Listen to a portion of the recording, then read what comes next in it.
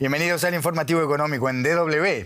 La batalla por la adquisición del conglomerado cinematográfico y mediático Warner Bros. Discovery entra en su fase decisiva. Después del anuncio de Netflix a finales de la semana pasada que revelaba su intención de comprar Warner Bros. Por unos 72.000 millones de dólares, ahora se suma la productora estadounidense Paramount con un movimiento más agresivo. Este lunes, Paramount ha presentado una nueva oferta mejorada de 108.000 millones de dólares por Warner Bros. Discovery, empresa que controla uno de los catálogos más valiosos de Hollywood, que incluyen los derechos de Harry Potter, por ejemplo, y el universo de Batman.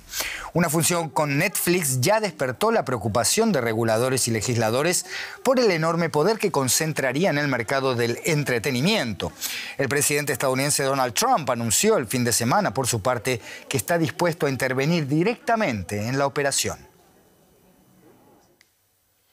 Muy atenta a todos estos movimientos está nuestra corresponsal financiera en Nueva York, Ana Nieto, que nos va a contar un poco más. Ana, se abre finalmente la batalla por Warner Bros. Discovery.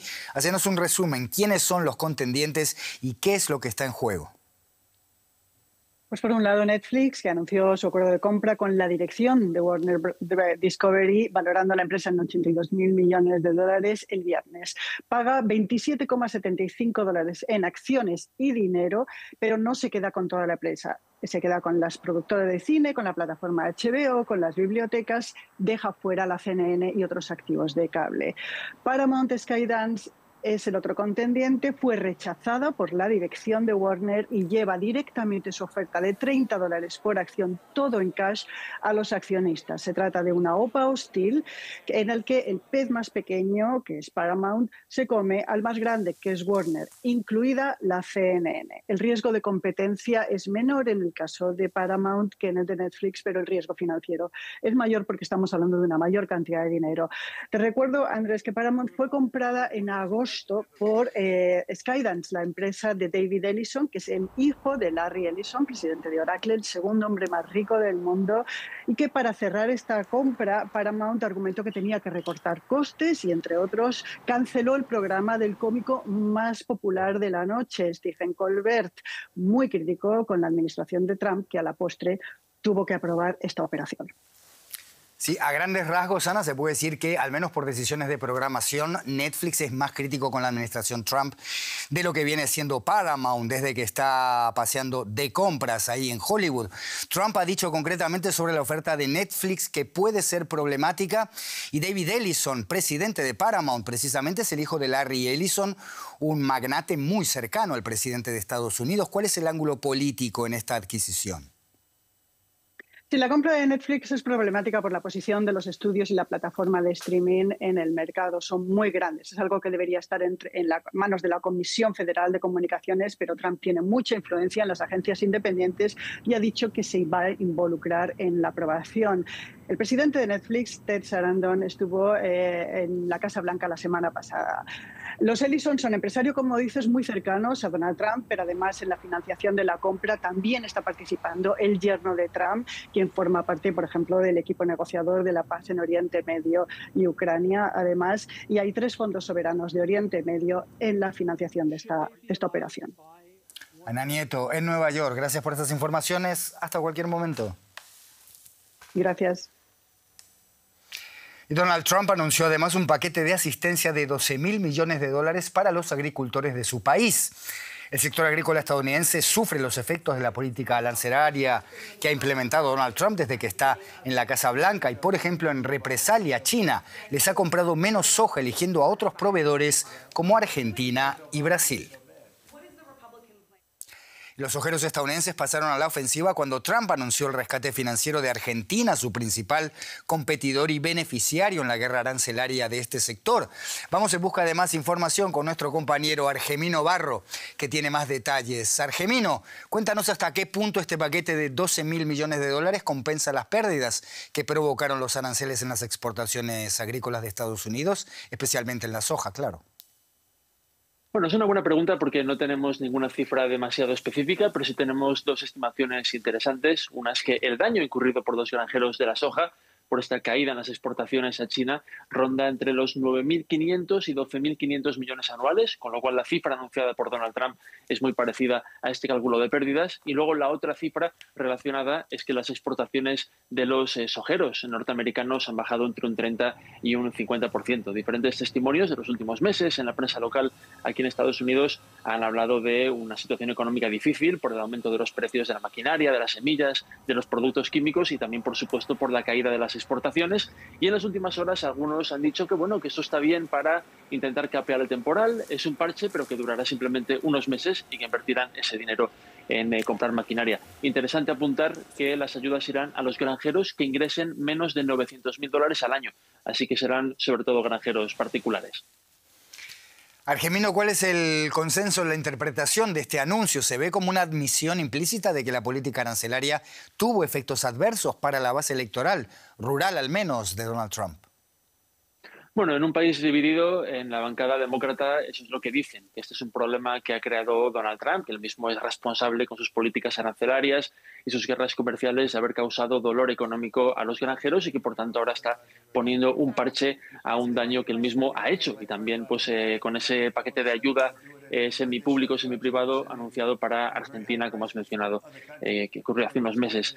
Luego los republicanos también es interesante, como lo han planteado el propio Donald Trump, habla de pagos puente, es decir, un pago para capear el temporal y cubrir a los granjeros en una transición de la economía de Joe Biden a la economía de Donald Trump. Pero esta retórica nos hace entender que, claro, la Casa Blanca piensa que las medidas económicas de Donald Trump, las medidas arancelarias, van a dar sus frutos en el futuro y que el año que viene no será necesario pagar a los granjeros para solventar sus daños económicos. Así que estará por ver si realmente los aranceles, especialmente la relación con China, se pueden encarrilar para beneficio de los granjeros. Apuntar, por último, que la popularidad económica de Trump, sus políticas económicas, está en mínimos históricos y por eso los republicanos están un poco nerviosos y quieren que mejore un poquito la opinión del público, especialmente de los granjeros, sobre la economía, la gestión económica de Donald Trump. Argemino Barro, en Nueva York, gracias por estas informaciones. Hasta la próxima. A ustedes, un saludo. Y este es el último anuncio de Donald Trump del que hablamos en esta jornada. El presidente de Estados Unidos dijo haber llegado a un acuerdo con el presidente chino Xi Jinping para permitir a Nvidia enviar sus chips H200 a clientes autorizados en China y en otros países bajo condiciones que permitan mantener una seguridad nacional sólida, dijo.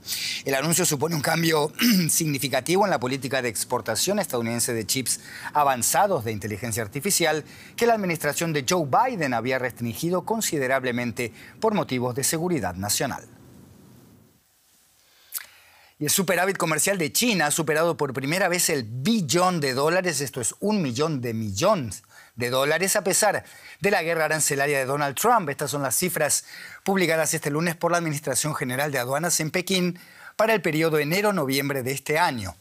Las exportaciones chinas hacia Estados Unidos cayeron durante gran parte de este año, pero aumentaron con fuerza en los destinos del sudeste asiático, de América Latina, África y la Unión Europea.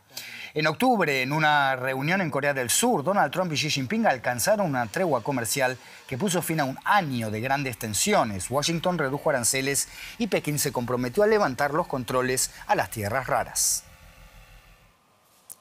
Y precisamente por esta circunstancia, el ministro de Exteriores alemán, Johann Wadephul, se encuentra de gira en Pekín. Y vamos a analizar los resultados de esta visita con nuestro colega Ezequiel Garay en la Bolsa de Frankfurt. Ezequiel, el ministro alemán de Exteriores, viaja a Pekín con algunas premisas como la de asegurarse el suministro de tierras raras y reducir desequilibrios comerciales con China. ¿Qué tan factible es que logre estos ambiciosos objetivos? Bueno, Andrés, lo que hay que entender es que es un diálogo entre dos economías que se necesitan, pero que no son iguales. Hoy Alemania depende mucho más de China que viceversa. Pero bueno, estamos hablando de la segunda y tercera economía.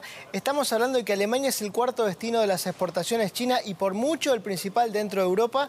Estamos hablando de que Alemania es el principal inversor extranjero directo europeo, por mucho, más del 50% en China. Y estamos hablando de que China cree que Alemania puede disciplinar a Europa en estos conflictos comerciales que han tenido, por ejemplo, con la industria automotriz.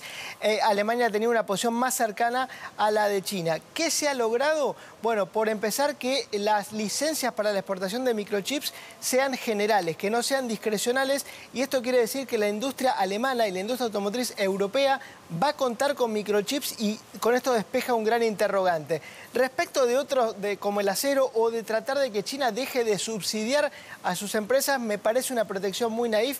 No creo que China ceda en esto, porque es una política para llevar el crecimiento de la economía y para tratar de derrocar a Estados Unidos como la principal potencia mundial.